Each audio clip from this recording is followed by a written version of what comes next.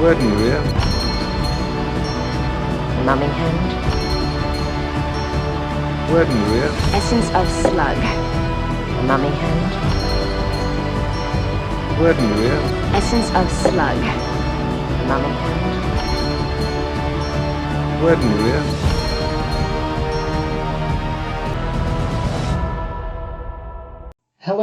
Hello, and welcome to another episode of It's Time to Rewind, the podcast stuck in its own time loop right along with the movies we discuss. This season is the Serial Bomb Yo, and we are discussing Buffy and Angel, and this is one of our bonus episodes where we're not discussing one of the time loop episodes, but instead we are discussing Tabula Rasa, which is also from season 6 of Buffy, and it's episode 8. And today my guest is Luke Allen from 2 Minutes About Time. How are you doing today? Hello, I'm doing great. Thanks for having me on. I love to talk about Buffy, and yet I've never been on a podcast to be able to talk about it, so it's fun. Yeah, you're the second person that's said that. Now McGowan is another one that I had on, and he had never been on a podcast talking about Buffy yet. Yeah, I don't think I've ever spoken Buffy with Niall, but he definitely, I would have just known that he's a big Buffy fan. But I mean, to be fair, it's been a while since I watched it. This week, watching Tabula Rasa twice was kind of oh yeah, I love this show. Why has it been so long? So, I mean, speaking of that, what is your background with the show? When did you discover Buffy? Well, it was, I think when was the last season? I should know this, and I don't know when Buffy ended. The 6th season was 2001, so it would have been, I think, 2002 and 3. Okay. Well, yeah, that was before I was born, so I didn't watch it on broadcast. But when I was about 13, 14, so 4 years ago,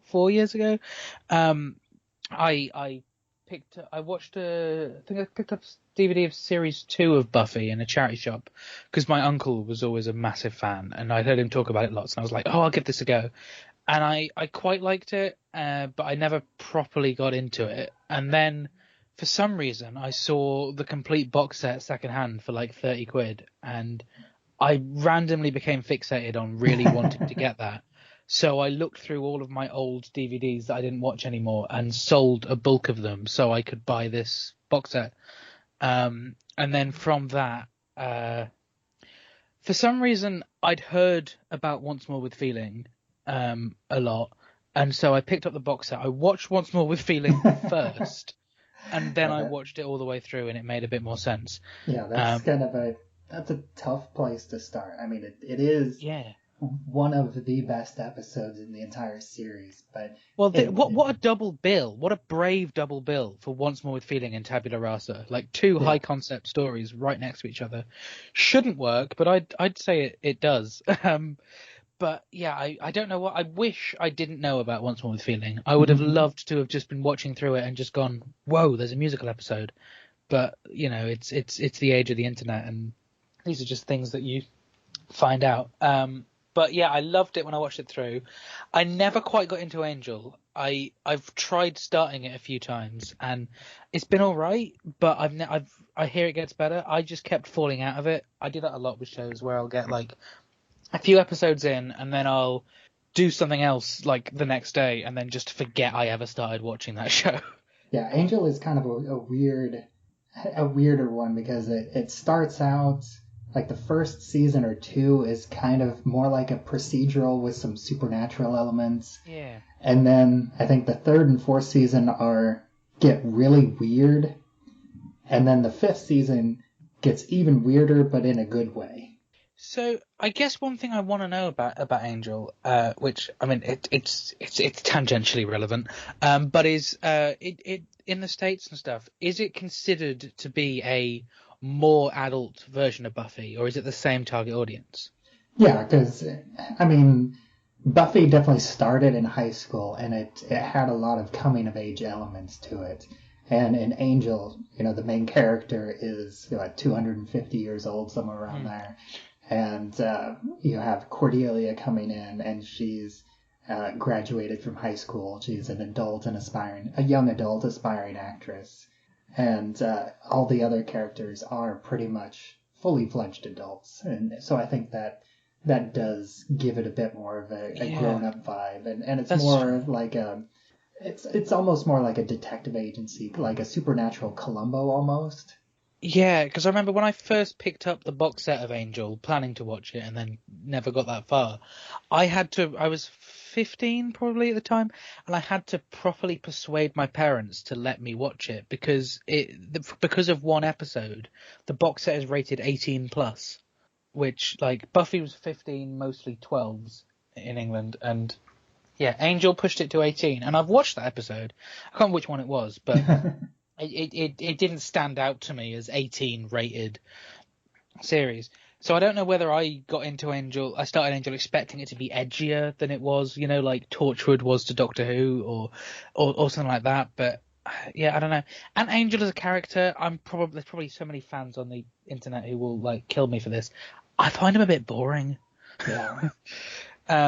But I do definitely need to get into the series. But Angel does not appear in Tabula Rasa, which leaves me all the more happy. I mean, the whole thing with season 6 was that this was whenever, and I have mentioned this a few times already this season, but this was where Buffy moved from the WB to UPN, and Angel was still on the WB. Ah, okay. So they didn't allow any crossovers. From this point on in season 6 and 7. Like, they were able to mention each other's shows because, like, right at the beginning, right before Life Serial, the time loop episode, there is an off-screen meeting with Buffy and Angel where it's the first time the two of them meet after she's come back to life. Okay. Yeah. I didn't know that sort of behind the scenes in a network changes and things like that, because I guess from picking up the DVD that I wouldn't know. So it's fascinating. That makes a lot of sense. Yeah, that's why like the end of season 5 feels really final, and because at the time they thought that it was going to be the end of the show was going to end at the end of season 5, and then they got picked up by UPN, and so they had to figure out how to bring her back. Yeah, I mean, season 5 is definitely a decent ending. Mm-hmm. Which I think it is what makes it so incredible that the show was able to come back and still be so good, and not feel like a forced extra season or two. It properly still had good quality. So let me ask you, because whenever I was making the schedule for this season, and I had these bonus episodes lined up. I basically, you had the pick of the entire series of Buffy. So what made you pick Tabula Rasa? What? Well, Once More with Feeling was already taken. That was one of them. But I don't know. It's always just stood out to me as good fun. I mean, it's obviously not the same, and there is a Buffy equivalent of this, but I've always liked body swap movies. And I feel like it's that same sort of vibe of being someone else and not really realizing who you are. That kind of fish out of water feeling. It's so appealing. And also, I think when you watch a show, it's something that I'm exploring a little bit as a writer at the moment.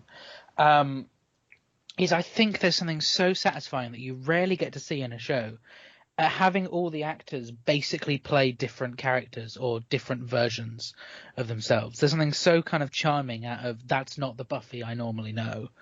And, most shows don't get the chance to do that. There was a show that I watched when I was little, a children's show here in England called The Dumping Ground, which was about a children's home. And I feel like I never really thought about how dark that is as a title, but they did a one-off episode where all the actors just did Alice in Wonderland, and the charm that brings you as a kid of being like, these are all the same people, but they're playing different characters.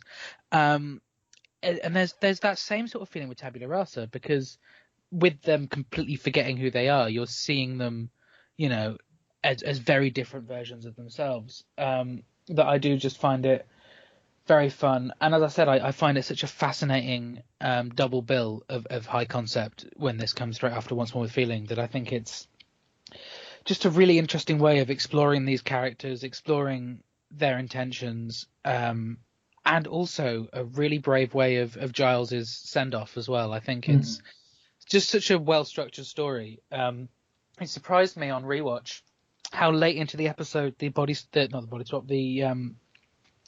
forgetting actually happens, because in my head it's like it's right away, but they actually get through quite a lot first. Yeah. There's this whole subplot, which I do feel like it is one of the more sillier subplots. And I talked about this a little bit here and there with Life Serial, just the fact that season 6 as a whole is this weird mix of ultra serious topics, like with the Spike and Buffy relationship and her coming back from heaven, and also the ultra silly with the trio being these incompetent nerds. And in this episode, you have this literal loan shark. Yeah, but I think as a teenager, that's what you want. There's something very angsty about just the extreme versions of darkness and humor. It's the complete extreme versions of the heightened emotions, and I think that is the teenage experience, which Buffy was always so great at. Like, there was a show that I adored when I was 16, which admittedly was only like 2 years ago, but there was a show called here in the UK called Skins. I don't know if you've heard of it. I've heard the name, but I don't know a whole lot about it. Yeah, it was essentially like a teen drama, but they had a lot of random comedy moments, and they had comedians playing all the kids' parents. So even if like the kids were going through a dark point, the parents were kind of heightened and over the top and everything else. And I recently rewatched it, a fair bit of it, because it's filmed in Bristol, and I was over at an event in Bristol for a few days, and I thought, oh, I'll rewatch Skins so I can go and visit some of the locations. And whilst I can still appreciate it for what it is, even just a couple of years later, kind of post-college, I can watch it and go, this is really disjointed, and it doesn't work, and it feels over the top and stupidly angsty. But as a 16-year-old, it felt like what life was. And I think that's what season 6 of Buffy is. It's that kind of heightened experience of each emotion, but that's what adolescence feels like.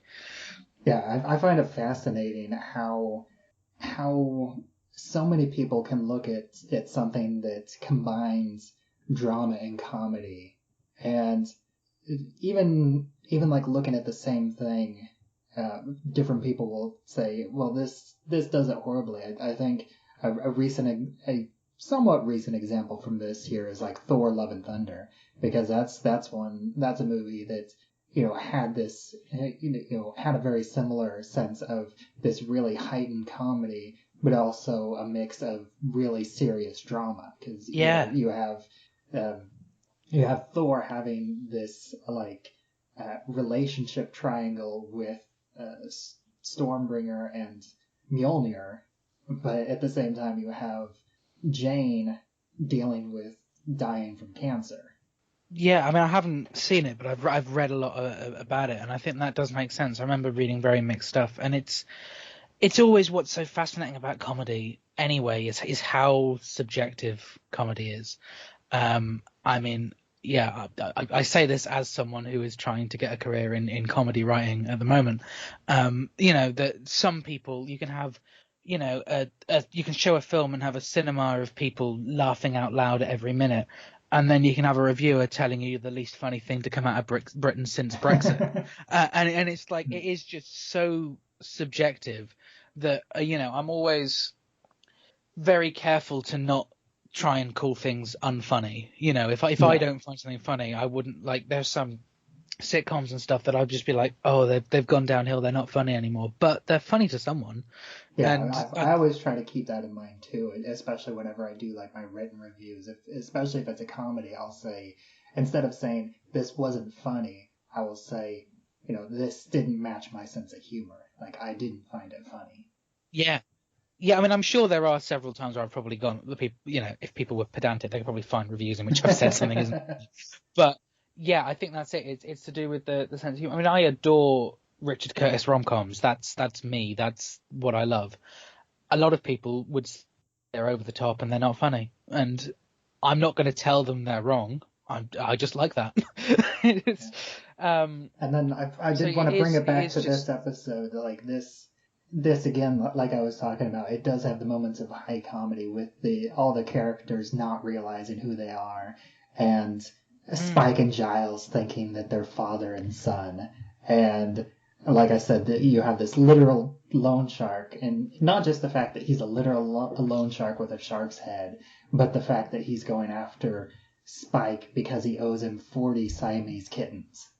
yeah, it's so silly, and I don't get how it works. At least in my mind, And it then shouldn't. of course at the end of the episode you have the high drama because you have Giles leaving for England, like, completely going a country away from leaving Buffy whenever she feels like she's the most vulnerable, and the Willow and Tara breakup. Those are both in this episode. You have this again, like we were saying, we have this mix of this high comedy and this high drama in the same episode. And I think I love how Whedon kind of used the high concept episodes as ways of getting through the exposition that it needs to get through. To go back to Once More with Feeling, I heard that one of the reasons they chose that episode and to do it that way was because they had a load of characters who had secrets bottled up and they needed a way of getting them out. And like that's just fascinating to kind of throw your exposition into your high concept, which I think is fantastic. One of the things I'm exploring in comedy writing at the moment, I'm working on a script for a thing here in England called the BBC Writers' Room, which is basically a month period once a year in which the BBC open up submissions for unsolicited scripts, and will consider them for shows and stuff. So I'm working on a pilot at the moment, and exploring a technique I heard from Richard Curtis about exposition, which for him is when there's a scene with exposition, he throws in a comedy character or a comedy set piece. So that did you ever see the film Yesterday? No, I wouldn't be surprised if I haven't seen any Richard Curtis movies at all. No, that's fair. That's fair. Well, he made a film Yesterday, which was all about a guy who wakes up in a parallel world in which the Beatles don't exist. Oh yeah, I remember the reviews for the trailers for that. Yeah. And there's a scene in that where there's a load of exposition with Ed Sheeran, who was in that film playing himself, basically inviting this guy to do gigs with him and explaining all of it and everything else. But the scene is set to the guy's kitchen whilst his dad's in there looking for a pickle jar and saying, "Have you seen the pickles?" And it's this whole thing. And basically, by introducing that character, you still take on the exposition, but you no longer think of it as the exposition scene. You think of it as the pickle jar scene. And so I'm kind of exploring that in scenes that I'm writing where there's loads of exposition, is kind of what set piece, what setting can I put this in which distracts from the exposition, And I guess to a looser extent, it's what Game of Thrones did by having all their exposition scenes in a brothel with naked people in the background. But I think they called it sexposition. But it's, so I think it's interesting and makes a lot of sense that Whedon kind of throws a lot of exposition into high concept stuff. I tangented a lot on that answer, sorry. That's all right. I like the fact that the exposition is within the high concept. Yeah, I think it's funny. One thing that I was going to mention earlier, whenever you first first told me about the episode that you picked, you didn't mention the title. You just mentioned like the episode where everybody forgets everything. And my mind at the time actually went to the original Halloween episode, which it's a very similar concept. Whenever Ethan has the enchanted costumes, and so whenever Halloween hits, they all think they're what they're dressed as. And so, and that has a very similar vibe because Buffy is dressed as this like Victorian damsel, and so she becomes this helpless character, and Xander becomes the army guy, and that also comes into play later, which I think that was kind of a fun little boost to his character because he kept all the military knowledge afterwards as well. Yeah, that's true. And one thing which I can't even think of a tangential way to bring this up. I'm just going to call back. You mentioned earlier about the comedy in the Spike and Giles father and son jokes throughout, and then thinking that. And what's interesting is that was explored briefly before this. I think was it Restless, the dream episode, where I think she dreams of Giles pushing Spike on a swing or something like that. It was something similar to that, wherein Giles and Spike, it kind of joked about the idea of them having a father and son dynamic, and the idea that we kind of expand upon that again was just, I found it kind of really funny, and I think I'm sure this has probably come up on like half of your Buffy episodes anyway, but I feel like I can't praise Joss Whedon without saying it's awful how much of a horrible person he turns out to have been. And that praising his writing does not excuse the ways in which he went about show running. I just feel like I need to get that in before saying more nice things about him. He's still. Right. I've brought that up a few times, and I'll say it again. The way I look at it is, this isn't just a product of the one person. This is a group effort, and it's still worth mentioning the good things, because it's not. A lot of it came from Joss Whedon, but it also came with the other writers, the directors, the actors. And so I still think that it's something worth, like, you can still not feel bad about heaping praise on it.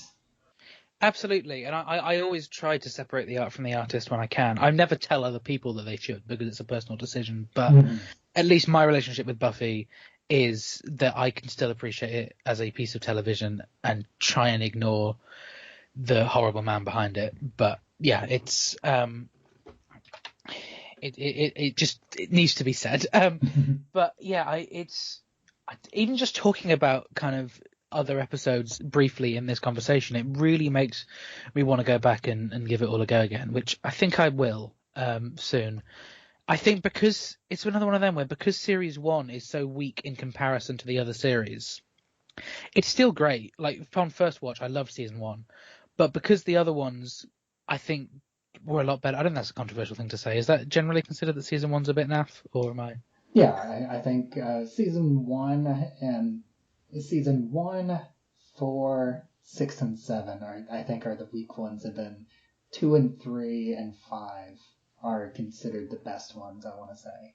Yeah, I'd agree with that. I'd have dropped season 6 out of that, but and said that was quite good. But aside from that, I definitely. Yeah, I also really enjoyed I didn't do an entire rewatch, but I did rewatch all of season 6, and I started going into season 7. But the season 7 has a really weak start, and so I can't remember much other than the ending. Yeah, and then I moved on to Angel season 5, which I think about a little over 2/3 of the way through Angel season 5, and that's a fantastic season, I think. Yeah, I know I need to properly delve. Maybe what I should do then, because as I said, I want to watch Buffy like properly again, but every time I try and rewatch, it's kind of a slog to get through season 1. Just in comparison, as I said, first time round I loved it, but because I know it gets better, it weirdly is harder to get through that first season. So and because I haven't delved into Angel, I guess properly, I guess I should start a proper rewatch where I bounce between the two. That's probably the right call, right? The kind of, as it would have been back in the day, one episode of Buffy, then one episode of Angel kind of thing. Yeah, and I believe that the Angel started on season 4 of Buffy. So, Fab. So Buffy season 4 and Angel season 1 aired at the same time. Lovely, and I'm sure I can find like an exact list of the orders and things like that, because I do definitely need to properly delve into it, and it's been a while since I've had a long-term show that I've been watching through, because I keep dipping my toe into things and then forgetting. Even really good stuff, like I've never finished Game of Thrones or Breaking Bad. I start them and then I go, and I rarely have time to sit down and just watch something without having it on in the background. And so, like, when there's shows that I really need to actively follow, I end up falling out of them because I just don't get around to sitting and just watching. Yeah, I feel like we're kind of the same way. Like, we just recently started Doctor Who for the first time, starting with Christopher Eccleston. Lovely. And we loved it, but then we kind of fell off of it. I think we are just early on into David Tennant's second series. Okay, yeah, that is probably his weakest series as well, so that doesn't help. But yeah, that's fair. I always find it interesting. Sorry, specifically with Doctor Who, I always find it interesting when people are experiencing it for the first time, because it's definitely different here in England in the fact that pretty much everyone's watched a fair bit of Doctor Who. I keep just. The only thing as well is I so often have things on in the background that I also then, when I have the time to watch something properly, struggle to watch it without doing something, because I constantly feel on edge, like I should be doing something. What am I doing? Just sitting about. Yeah, that's how I feel too. Like a lot of times it's like, no, I don't want to watch this because I can't give my full attention to it, and I want to put it on whenever I can give my full attention to it. I'd rather put something that I don't care about to have on in the background. Yes. So it's okay if I'm only half paying attention to it. Yeah, absolutely. And sometimes I try and figure out what I can half pay attention to, and then I waste half my time going through like my DVDs and stuff, being like, what can I give half attention to when I should be getting stuff done? Which, to all the people who are waiting from treatments and scripts and contracts and stuff from me, that's why. Because I haven't settled on my background noise. But I feel like we keep forgetting to talk about this episode, which is appropriate, but it's fine. I'm enjoying the conversation, but we do. It's the curse of minute by minute podcasting. I'm used to having to tangent, that I forget the actual point. I do think that it's worth talking about, because we were talking about this really culminates with Willow and Anya's breakup, and I think that's an important part, because even at the beginning we have a little bit of Willow's overuse in magic, which I have like kind of a love-hate relationship with that whole storyline through this season, because I feel like it starts off good and it ends good, but then it messes things up in the middle. Yeah, I mean, I said it's been a while since I've watched it through all the way through, but I did always like it. But Buffy's way of dealing with teen issues without properly saying that that's what it's doing. So, I always felt like, and I don't think this is like an unknown thing, is, the first couple of seasons when Buffy didn't tell her mum she was a Slayer and had to hide that felt like it was a sexuality allegory. And then she came out to her mum as the Slayer. That's how I felt anyway, watching it. And obviously Willow's magic stuff is an addiction allegory.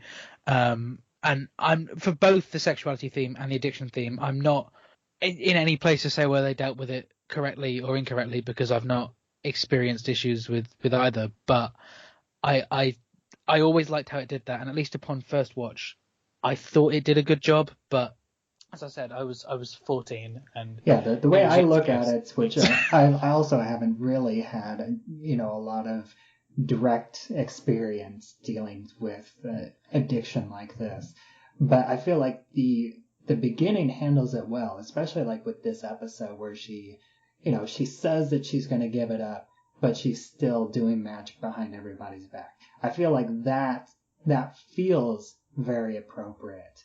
And to me, where it goes off the rails, which is in like just an episode, I think literally the next episode, because she goes from this, hiding this addiction, to the next episode where it's like, she's a full-on meth addict. Yeah, I think that, at least upon like reading up and watching up on Buffy stuff, it felt like they did kind of stretch out the themes a little bit. And I do wonder whether, if Buffy had stuck to like 13 episodes a season rather than like, was it 22? I wonder whether they wouldn't have stretched things out and then rushed other things, whether it could have been paced nicer under less episodes, because like the theme, which I don't think is explored in here, but was exploring Once More with Feeling and other points there about Dawn and her shoplifting and things like that. It felt like they just had too many episodes. It was like, we need to give these characters something to do. And so that is an annoying aspect. But yeah, I need to rewatch season 6 especially. When was it that they killed off Tara? How many episodes from now is that? That happens like almost at the end. That's like in I think 22 or 23 episodes. It's like episode 19. Okay. 19 or 20, around there. Because one of the things that I've always loved with Buffy and have often brought up when talking to writers and stuff is the fact that the episode when they killed off Tara was the first episode where they put her in the opening titles. I thought that was a genius move. It was she's part of the team, bam, catch you when you don't expect it. I think that was like a golden idea. And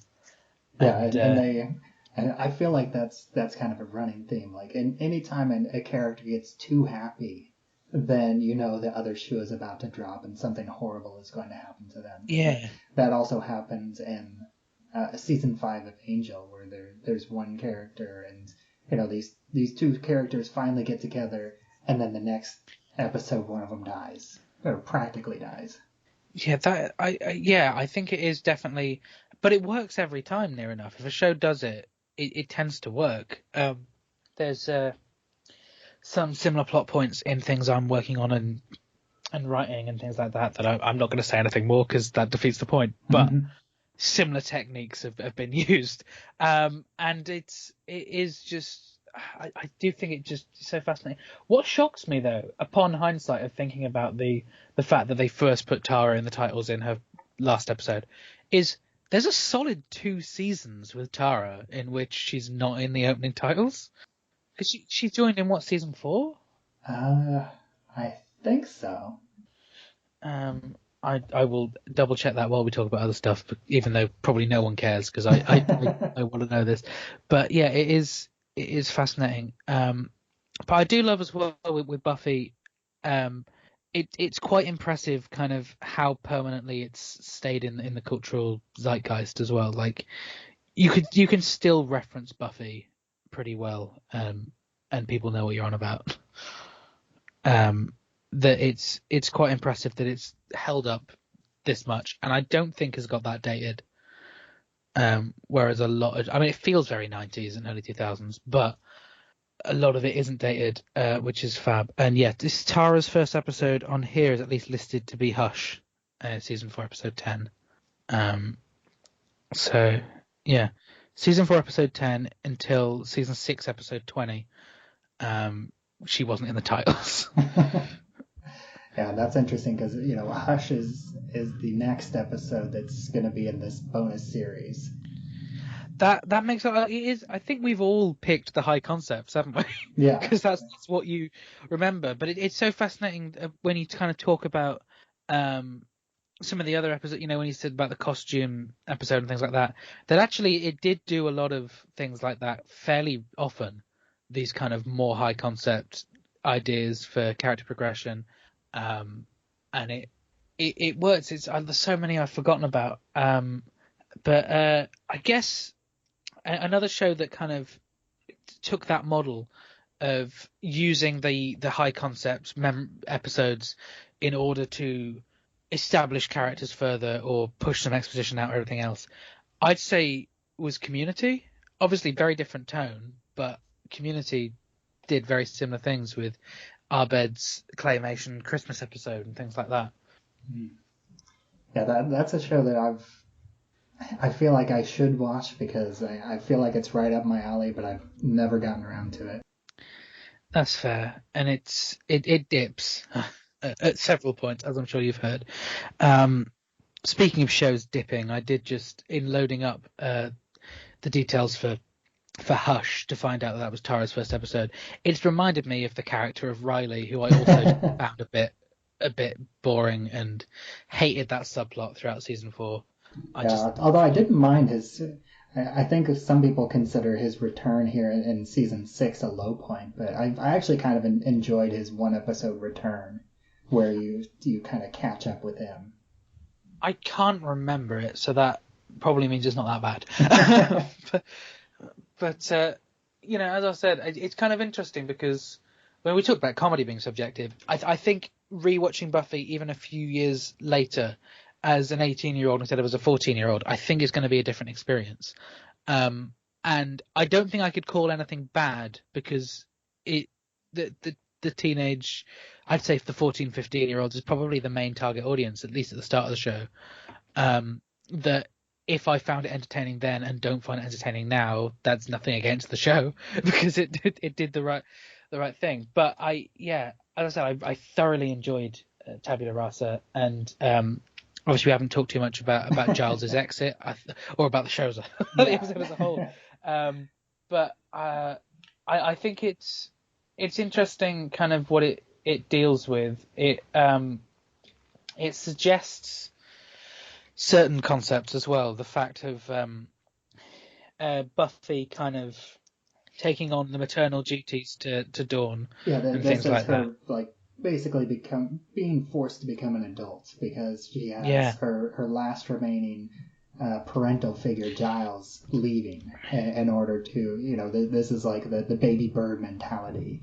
It's like you have to jump from the nest and support yourself, and you're not going to have this safety net, even though he just gave her a check for $10,000, 3 episodes ago.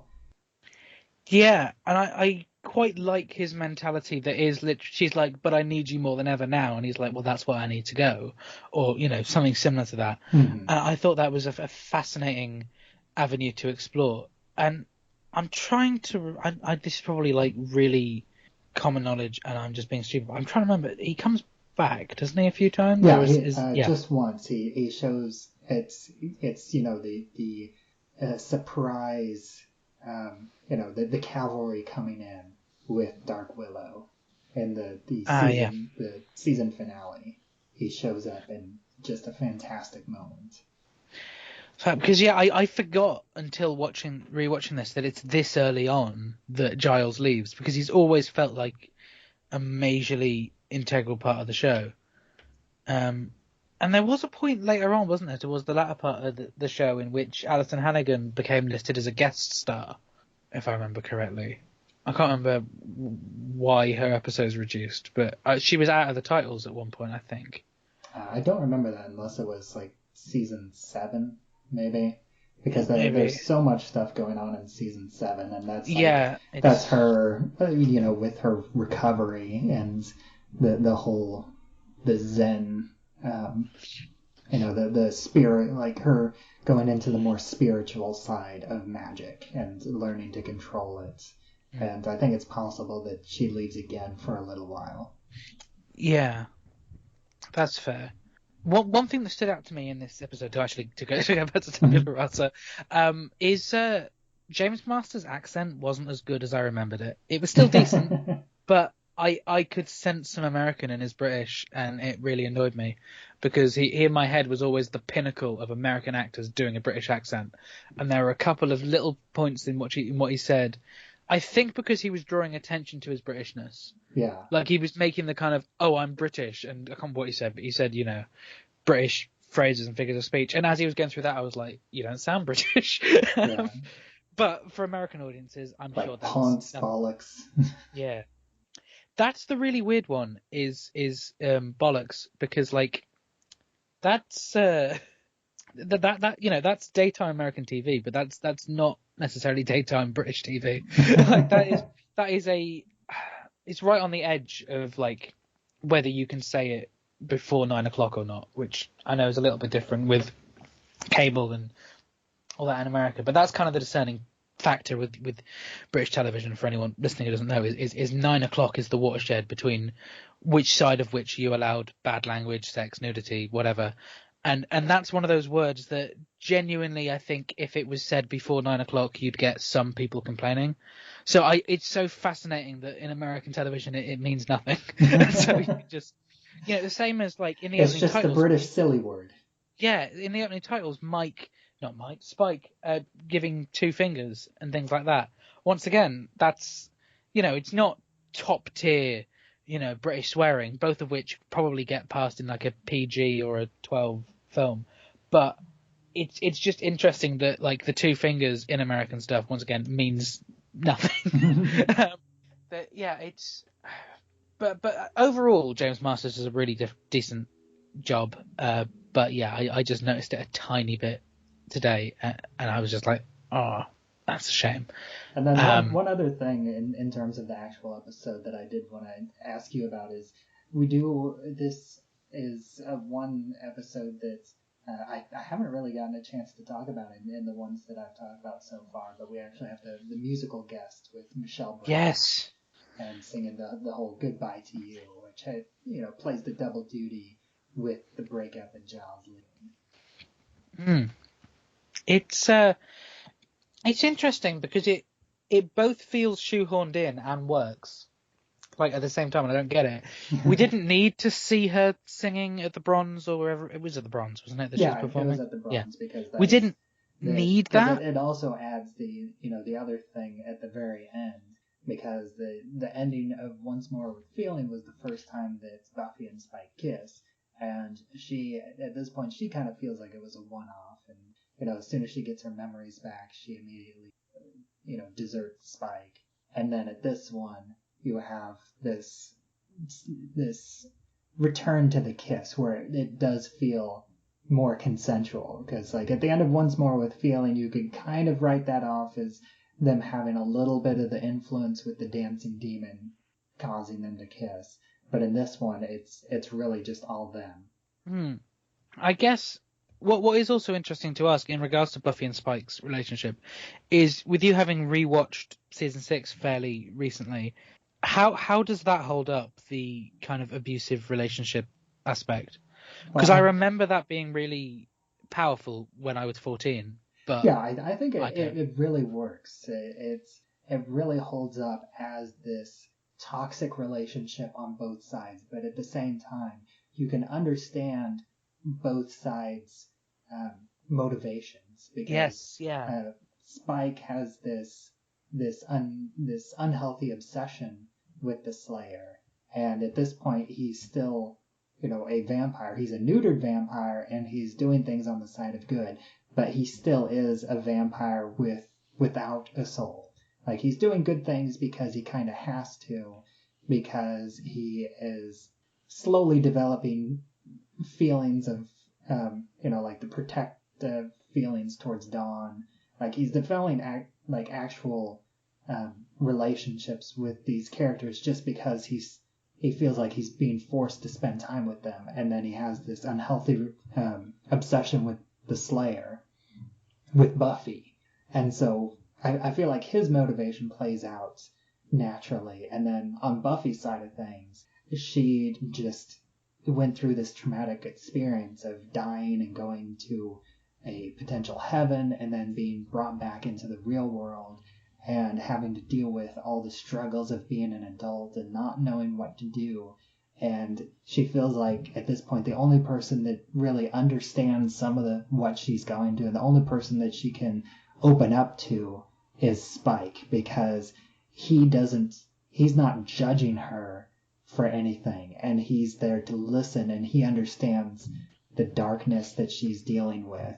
And all of her other friends just think that they rescued her from a hell dimension.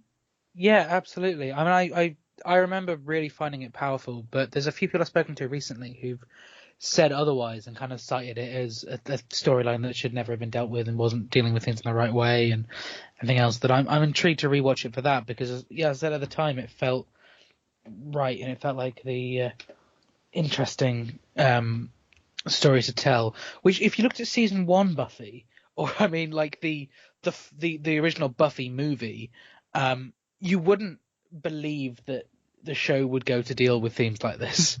Yeah. But I once again, as I said, not in the place to have experienced stuff to say whether it dealt with things correctly or incorrectly. But I remember that being a really interesting theme, and seeing even the hints of it in this made me want to watch more.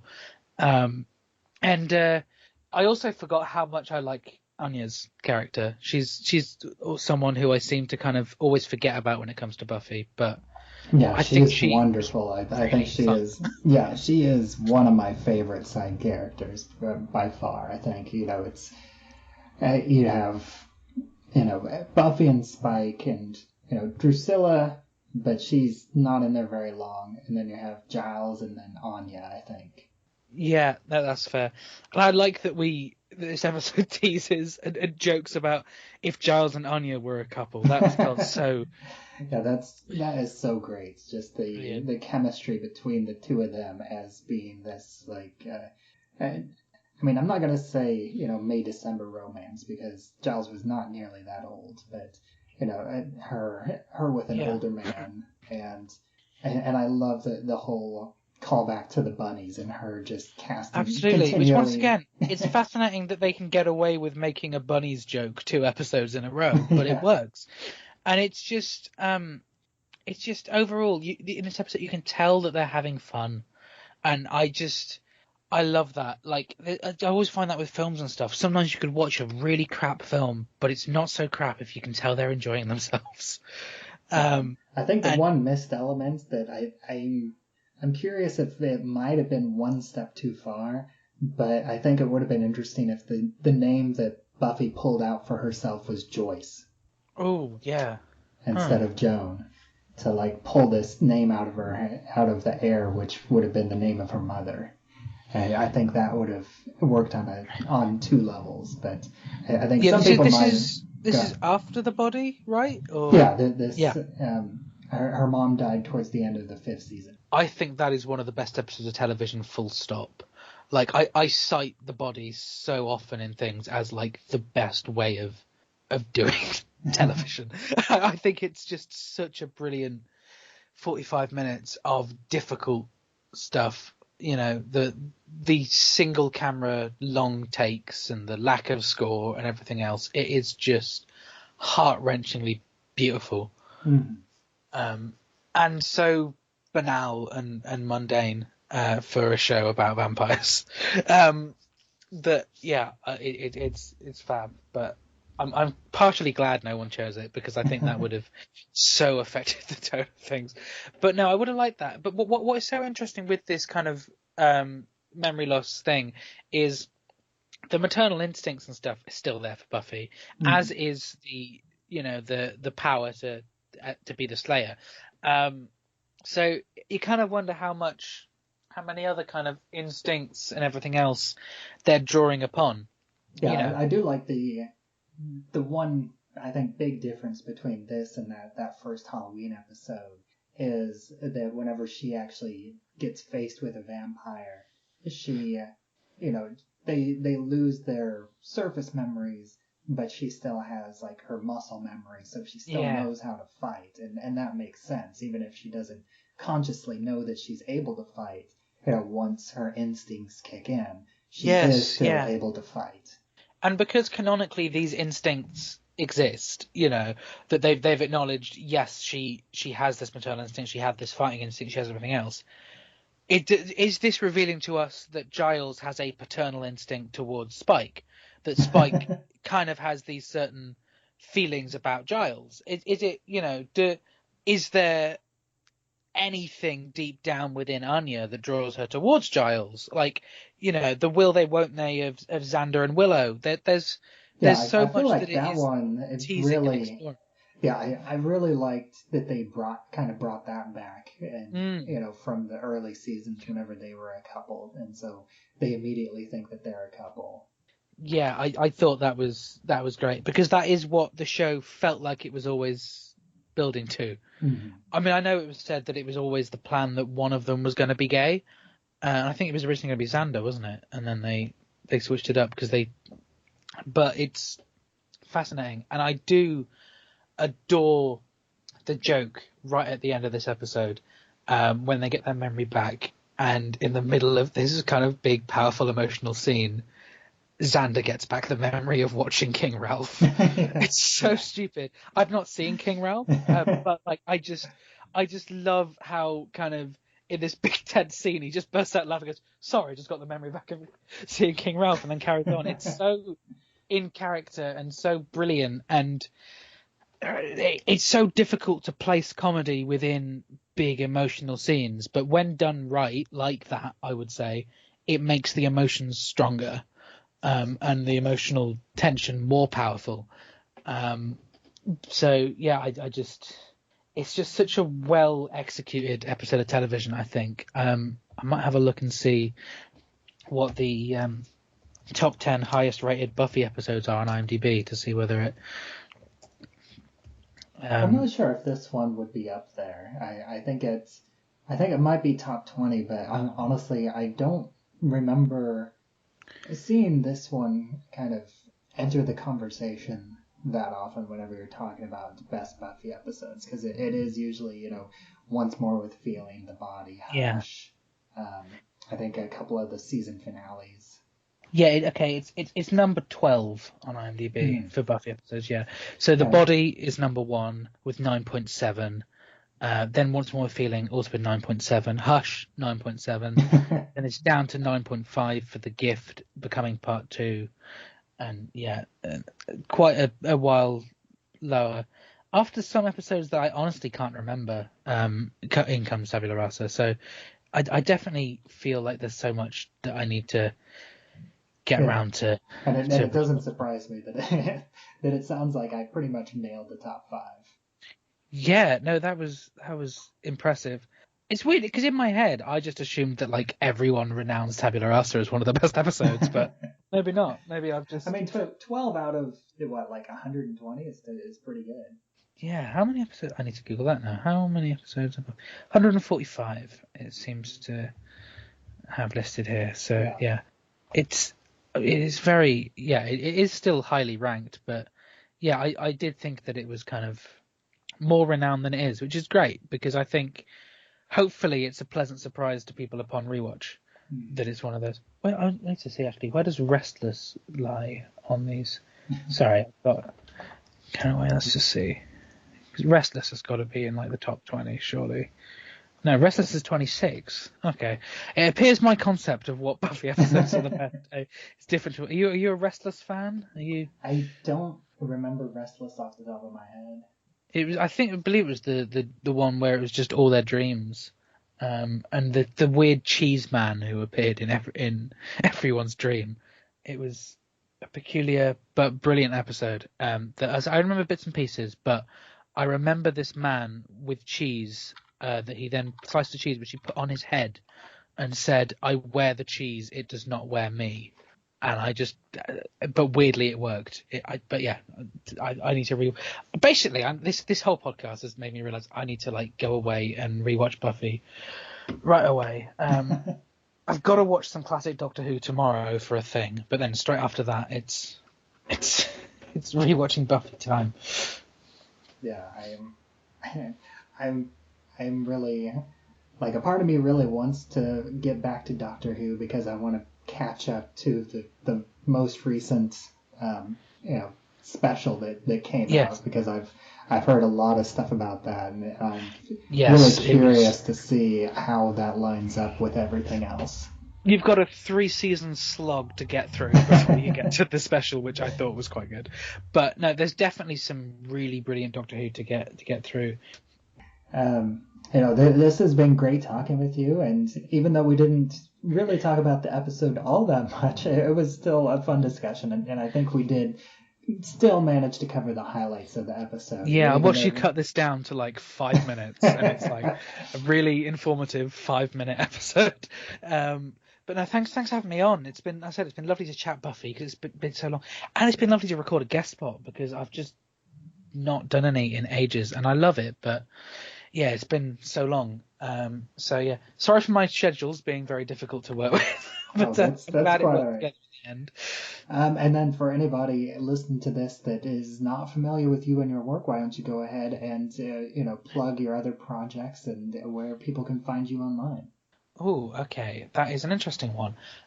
So currently, I'm from podcasts 2 Minutes About Time, where we discuss the Richard Curtis rom-com, time travel rom-com About Time, 2 minutes at a time. Christmas Actually, where we looked at the Richard Curtis Christmas classic. Love Actually, One Day at a Time. Love Rosie podcast, which never really finished because we've been on like a very long-term hiatus. So if you happen to be a fan of the first 2/3 of the film Love Rosie and aren't that fussed about the end, then you should listen to the Love Rosie podcast. But aside from that, I'm a screenwriter, producer, production manager on a lot of indie film projects. There's a few things I'm connected in with that hopefully are coming out fairly soon. A film called Weightless Words, a short film called Got Your Nose, a TV pilot called Henry House. They're all in production at the moment, and hopefully news will happen soon.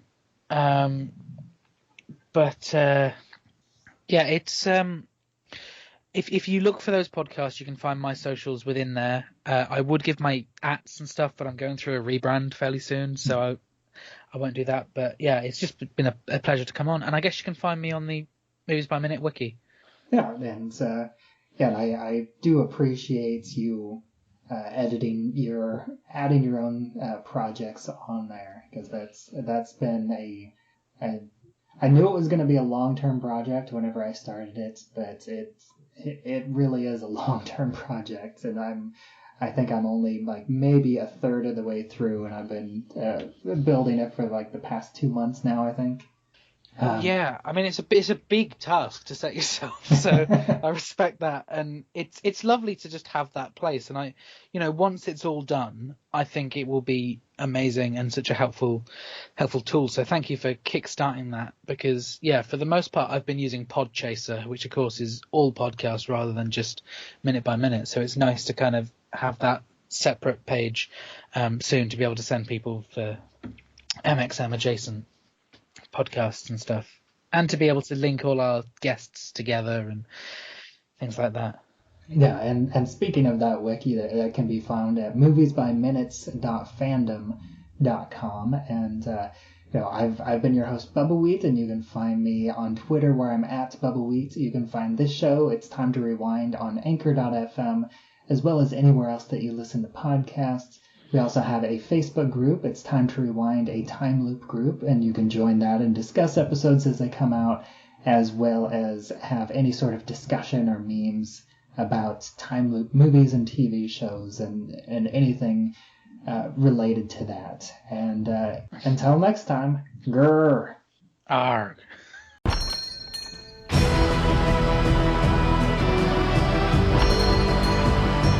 Werden wir? Numbing hand. Werden wir? Essence of slug. Numbing hand.